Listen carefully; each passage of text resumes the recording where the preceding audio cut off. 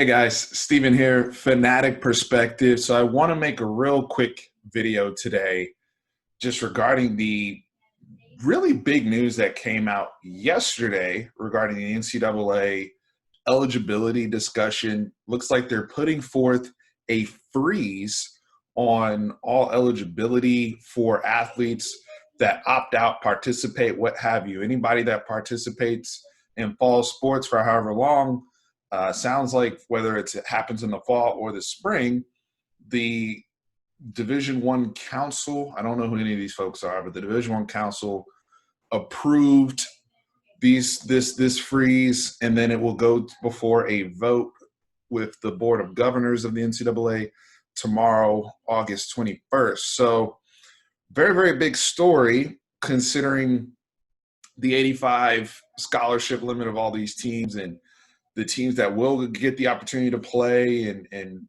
play games. And what does that all mean for the teams that don't? There's another believe ruling that was passed that the teams that aren't playing right now are going to have 12 hours per week, which is very controversial of time, of team time. They're not going to be able to do, I think, 11 on 11s or certain things like that. We're still getting all the details, but I did see a quote from James Franklin that he was not happy about it over at Penn State. So, this is, again, as we've been saying on this channel throughout, fluid situation every single day. Now, for those of us who are Texas fans or Big 12 fans or SEC fans, it's another day where we still have football. And now it's kind of weird, though, because with the freeze and everybody, it's almost like a free year in some sense. Now, if you're competing, it still counts and things of that sort. But is this now more of a showcase of a season for conference pride? Now you kind of have this built in. And I think part of the reasoning behind this is if they don't make it all the way through the season and say guys play 5 or 6 games, I don't think they want people to lose their eligibility if they have to cancel the season and wait till 2021. But now it opens it up to guys like a Sam Ehlinger who can, if they say they play all 10 games and Texas goes where they want to go, theoretically, if this gets passed tomorrow, he could come back for 2021, right? Or people like Derek Kerstetter or Josh Thompson. So, it also, because I want to have this discussion, in the comments and with you guys chiming in. By the way, as you comment, please like, share, subscribe. We're growing the channel. I appreciate everybody that has been subscribing and liking our videos and pushing our content out there. Very thankful for that.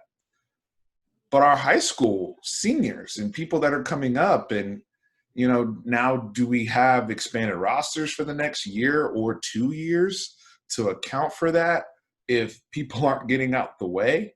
I know guys like, just on our team, guys like a Casey Thompson or Hudson Card, Jaquinta Jackson are hoping to compete for 2021. But if there's guys are still in the way, so to speak, what does that look like for numbers? I was already getting ready to make a video regarding the statistics, right? If we play, shortened season, 10 games, statistically, if you get 1,000 yards this year, you really earned it, right? Through 10 games, it's 100 yards a game.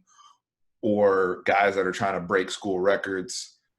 But if Sam, say, I'm just using him as an example, if he gets to play 2 years, he's going to shatter every single Texas quarterback record there is, right? So how we measure that, and this goes to the bigger thing that we've, again, been discussing for a while, realignment.